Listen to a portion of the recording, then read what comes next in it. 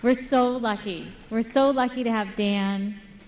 We're so lucky that he nailed that one. And we're extra lucky because we have Nikhil. So you know that we usually have a Challenge Success student up here talking about Challenge Success. And I met Nikhil. Nikhil is the author of a forthcoming book on reclaiming the freedom to learn. Talk about being a good learner. And he wrote a book that received great critical acclaim titled One Size Does Not Fit All. That was published last year. He appears as a commentator on MSNBC, Fox, CBS. He's written for the New York Times, MSNBC, NPR, Forbes, The Globe, Mail, The Nation, Huffington Post, Fast Company, Psychology Today. In 2012, Nikhil was named one of the world changers for Dell Inspire 100. He's also one of the 2013 Forbes 30 Under 30 Education and Origin magazine, the nation's top creatives. He serves on the board of Fair Test. He's also, that's that thing that I told you to look up about the colleges that you never have to take a test again in your life if you want to get into.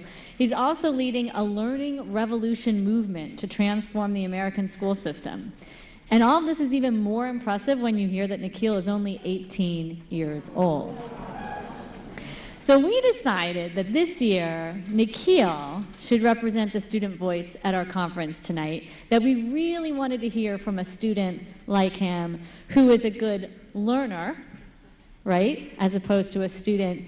And we feel honored to have him on our stage, and even more honored to know that he completely believes in the Challenge Success concepts and ideas without ever having even heard of us until last year. So there are other folks out there doing what we're doing. Nikhil's one of the leaders.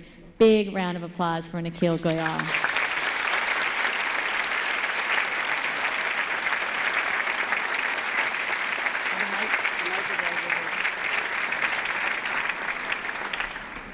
Well, that was a great introduction. Thank you so much for having me today. I'll just begin by saying that this is not the first time I've spoken at a school that I've been rejected from in the college admissions process. So this is one of many.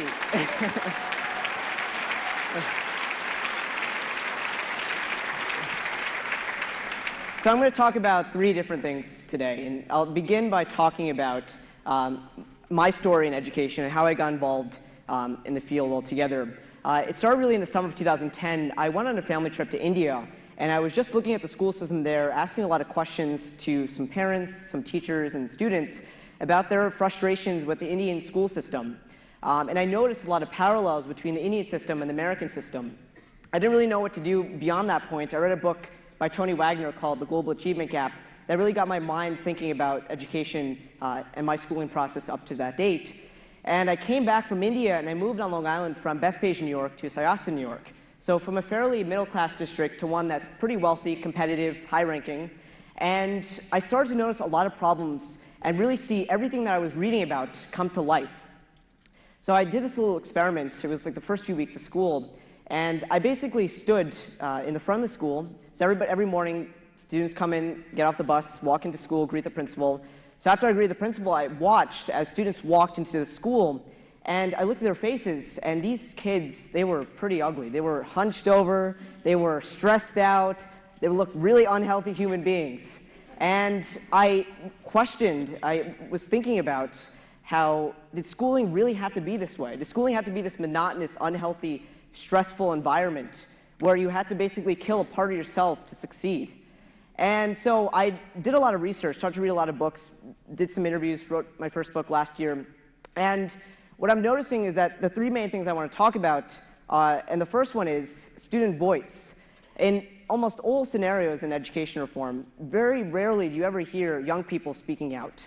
And we're just not given those opportunities to give our voices and our opinions on different issues. There's a lot of studies out there that show that 94% of schools, roughly around that percentage, consist of students. So basically what that's saying, is that you have 6% of the school population, the adults, the teachers, the staff, deciding on behalf of the 94% how to live, how to learn, how to engage. And I mean, if that's not a totalitarian regime, I don't know what it is. So they're basically undemocratic in nature. And I'm not saying all schools are like this, but most schools, I would say, are in this kind of fashion. So what I'm realizing is that around the country, there's been a lot of emergence in student activism.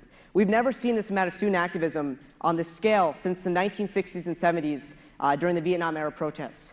But we're seeing it now, especially in education, especially in terms of economic issues. We saw it with Occupy, and now we're seeing it specifically with education.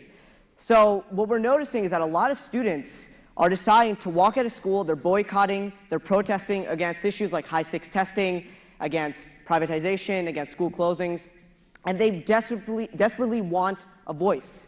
And what I'm realizing is that young people, if you give them those opportunities, if you give them a safe space for them to voice their opinions, they will all rise up to the occasion. I think the basis of this is the notion that we have to trust children. We have to realize that they're spectacularly, extraordinarily human beings that have so much to add to this conversation. That they don't necessarily have all the answers, obviously not, but what they do is that they offer a very, very fresh perspective to the conversation, a conversation that's drowned with voices of experts and people who've been in their fields for decades that never left classrooms or never seen other parts of education. So I think desperately we need to get young people part of this conversation in any way possible. There's a lot of schools out there, they're called democratic schools, and what they do, most of them are private schools, and what they do is that they have democratic meetings. So students actually vote on school policies.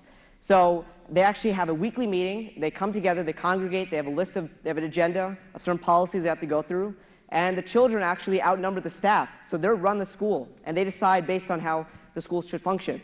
So that's something to definitely look at, and I think they've had some extraordinary success in that means.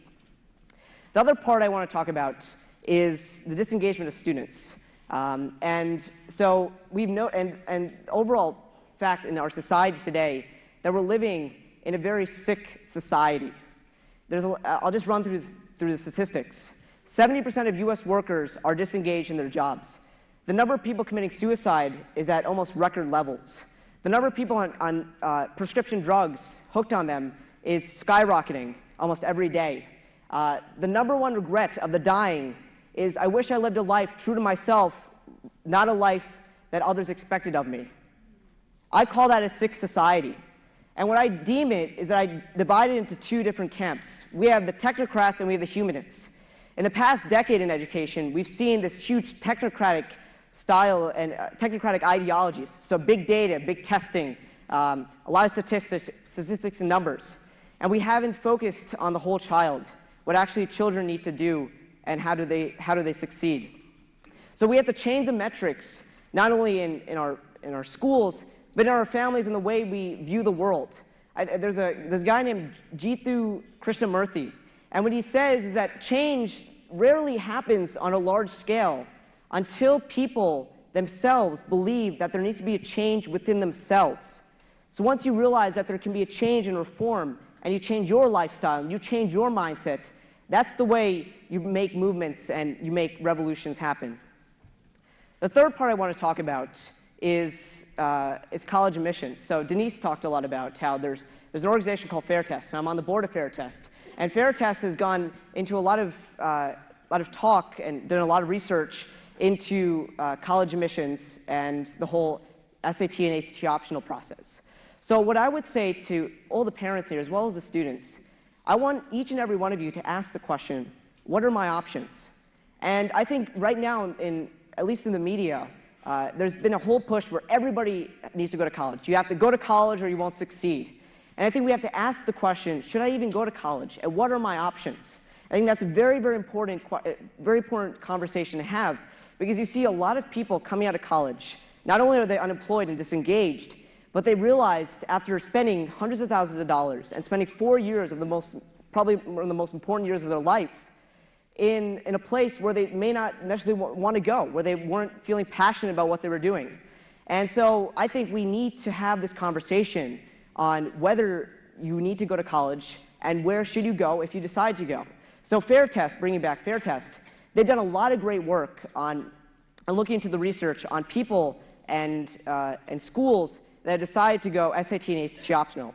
So like Denise said, there are over 850 colleges and universities that no longer require the SAT and ACT. Now, we don't have an Ivy League on this list, but we have high-ranking schools like Wake Forest, American, Bard, Brandeis, NYU. There's a lot of schools out there that are now deciding to go away from college, from this very test-oriented environment. So what I've been talking to a lot of college admissions officers recently, and what they've all been, a lot of them that have been telling me, the ones that have made the shift, not a single one of them want to go back. All of them believe that once they made the change from requiring the SAT and ACT to making it optional, not a single one of them want to go back. And what happened was that there was an extraordinary change in the student populations at these schools. They became more diverse. There's a study out there that found that if you, by Princeton University, that found that if you no longer require the SAT and ACT, the number of Black and Hispanic students will rise dramatically. So you have a population that is more diverse. Second, you have a population that is probably less stressed out than the rest of comparative students. And lastly, you have a much more talented and passionate group of students. Because a lot of what these schools do, instead of requiring these tests, is that they ask them to submit a portfolio.